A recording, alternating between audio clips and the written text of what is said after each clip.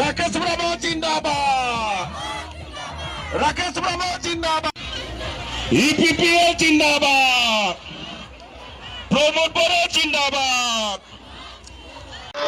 বাক্সা এলএসিৰ আজি জয়ৰ উৎসৱ। আজি আমাৰ দুৰ্গা মন্দিৰ মুছলপুৰত 12,000 আমাৰ আই মাতৃসকল, আমাৰ বাইদেউসকল, আমাৰ ভাইসকল আজি ইয়াত উপস্থিত হৈছে আৰু সকলোৱে অনুভৱ কৰিছে যে আৰু বাক্সা ৰাজা আজি নমিনেশ্যনৰ দিন নহয়, আচলতে বাক্সা জয়ৰ উৎসৱ ইয়াত চলি আছে। মই এটাই কথা ক'ব বিচাৰিছোঁ যে হাগ্ৰামা মহিলাৰী ডাঙৰীয়াৰ যি দুৰ্নীতি, যি ভ্ৰষ্টাচাৰী, যি চেষ্টাচাৰী আৰু মানুহক তলুঙা মন্তব্য কৰি পেলাই বিভিন্ন সময়ত মিছা কথা কৈ আহিছে। 1965 চনৰ মাটিৰ পাট্টা যদি কৰিবলৈ যায় তাৰ কাগজ লাগে। মুছলমান সম্প্ৰদায়ক তেখেতে মাটিৰ পাট্টা দিম বুলি কৈ 2 লাখকৈ ল'ৰাবিলাকক পইচা দিম বুলি কৈ, আই মাতৃসকলক 15,000 টকা দিম বুলি কৈ সকলো কথাটো তেখেতে ঠগাইছে।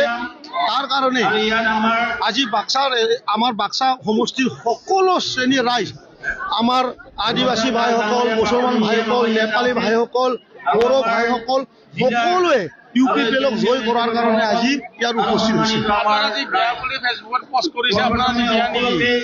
বিয়াৰ অৰ্থটো মোৰ বাক্সা এলএচি দুখ আৰু বেদনা, অশান্তি, ইয়াৰ লগত মই বিয়া হ'বলৈ গৈ আছোঁ। কাৰণ মানুহৰ দুখ দূৰ কৰাটোৱে মোৰ কৰ্ম, মানুহৰ অশান্তি পৰিৱেশৰ পৰা পৰিত্ৰাণ দিয়াই মোৰ ধৰ্ম। গতিকে মই মোৰ যোনটো বিয়া বুলি শব্দ কৈছিলোঁ, কিন্তু মই মানুহৰ সমাজৰ যি দুখ, সেই দুখৰ অংশীদাৰ হোৱাৰ কাৰণে মই সেই শব্দটো বিয়া বুলি কৈছোঁ।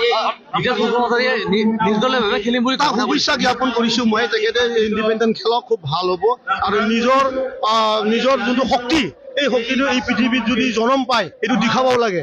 কিন্তু মই হ'লেও কৰিলোহেঁতেন। বিজয়টো আপোনালোকে কেমেৰাটো ঘূৰালে গম পায় ইয়াত কিমান হাজাৰ মানুহ আছে। আজি যদি নমিনেশ্যনত 12-15 হাজাৰ মানুহ যদি ইয়াৰ সমাগম হয় আৰু প্ৰত্যেকটাৰে যদি 2জন কৰি ধৰি হয়, 30-40,000 ভোট আমি আজি ফিল্ডতে পাই আছোঁ আৰু পথাৰত যোৱাই নাই। সেইটোৱে গম পাওঁ যে আমি কমেও 1,20,000 মান ভোট এইবাৰ আমি বাক্সা এলএচিত পাম, যিটো ইউপিপিএলৰ নিশ্চিত। আৰু তেওঁতো মানুহে চিনি নাপায় কোনো। তেওঁক মানুহে বৰ্মাবাসী ৰাইজে কৈছে তেওঁতো মানে এটা অপৰ্দত্ত এজন ব্যক্তি হয়। 15টা বছৰত তেখেতে 15খন গাঁৱতো কৰা নাই আৰু 15টা খুঁটি তেখেতে কাম কৰা 15 বছৰত তেনেকুৱা 15টা খুঁটিও নাই। আৰু 35 বছৰৰ ল'ৰা, এই ল'ৰাসমূহে ছোৱালীসকলে তাক কেতিয়াও দেখা নাই। গতিকে 15 বছৰ MLA মানে এদিনো নেদেখা ব্যক্তিজনক বাক্সাবাসী ৰাইজে কোনোৱে মানে তেখেতক মানে এবজৰ্ভ কৰি নলয়, তেখেতক একচেপ্ট কৰি নলয়। গতিকে আজিৰ দিনত বাক্সা সমষ্টি তেখেতক BPF দলে আজিৰ পৰা আৰু ভাড়া বন্ধ কৰাই ভাল। ভূপেন বৰাই দল ত্যাগ কৰিছে, তেখেতক মই খুব ব্যক্তিগতভাৱে মৰম কৰোঁ। মোৰ অতীত সৰুকালৰ মোৰ বন্ধু, আৱেগ হৈছে আৰু মই অন্তৰৰ পৰা তেখেতক শুভেচ্ছা জ্ঞাপন কৰিম আৰু ভাবিম যে সৎ বুদ্ধিটো আহক। কাৰণ জীৱন মাথো সংগ্ৰাম আৰু সংগ্ৰামটো তেখেতে বহুত বছৰ কৰি আহিছে, সকলোৱে আমি সন্মান কৰোঁ। গতিকে আগতো মই বিচাৰিম তেখেতে আমাৰ দলতে থাকক। সময় তেখেতৰো ভাল দিন আহি আছে।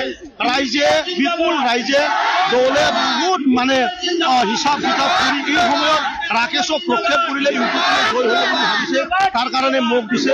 এই সময়ত তেখেতকো মই বিচাৰিম বাক্সাৰ সমষ্টি ৰাইজৰ কাৰণে তেখেতে এতিয়া মানে সকলো নিজস্ব ভাৱৰ যোনটো চিন্তা ইয়াক ঠিক কৰি পেলাই আমাৰ একেলগে কাম কৰি বাক্সা এলএচিৰ আমি উন্নয়নৰ কাম কৰিবলৈ লাগে বুলি মই তেখেতক আহ্বান কৰিম।